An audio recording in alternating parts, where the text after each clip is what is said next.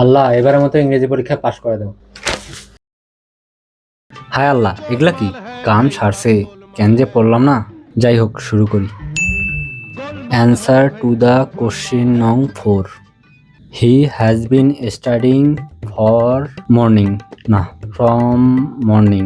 না, এটা তো যাচ্ছে না। For morning. হ্যাঁ হ্যাঁ, for morning. He has been studying for morning. What is the name dash father? For father. না, ফ্রম ফাদার। না, এটার সাথে তো মিলতেছে না। হ্যাঁ, for father. What is the name for father? পরেরটা কি লিখি? সবুজ, সবুজ, এই সবুজ, পারছিস কিছু? দেখি কি কি লিখলি।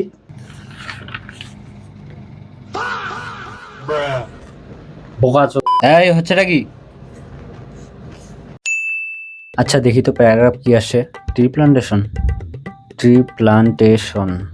Tree plantation means planting trees more and more. তারপর কি লেখা যায়, কি লেখা যায়? ওই নাহিদ, এই, তোমাদের খাতা দাও তো।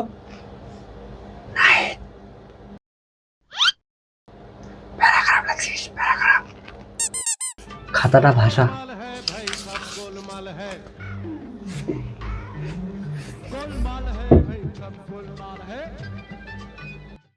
Tree plantation is very good for our family. Family? ওই ওটা কি লিখছিস? ফ্যামিলি কেন? তুই লিখলে লেখ, না লিখলে নাই। আচ্ছা আচ্ছা, খাতাটা আরেকটু ভাষা, দেখা যাচ্ছে না। It is very important for you and me. You and me? আচ্ছা, যাই হোক। তাই আমাদের বেশি করে টি প্লান্টেশন করতে হবে, না হলে দেশের ক্ষতি হয়ে যাবে। ক্ষতি হয়ে যাবে? ওই মামা, তুই এগুলো কি বাংলিশ লিখছিস? ওরে আমার ইংরেজির পিএইচডি মাস্টার রে, তুই লিখলে লেখ, না লিখলে নাই। খাতা জমা দিয়ে দিচ্ছি। না না, দিস না, দেখা। তাই টি প্লান্টেশনের ভূমিকা অপরিসীম।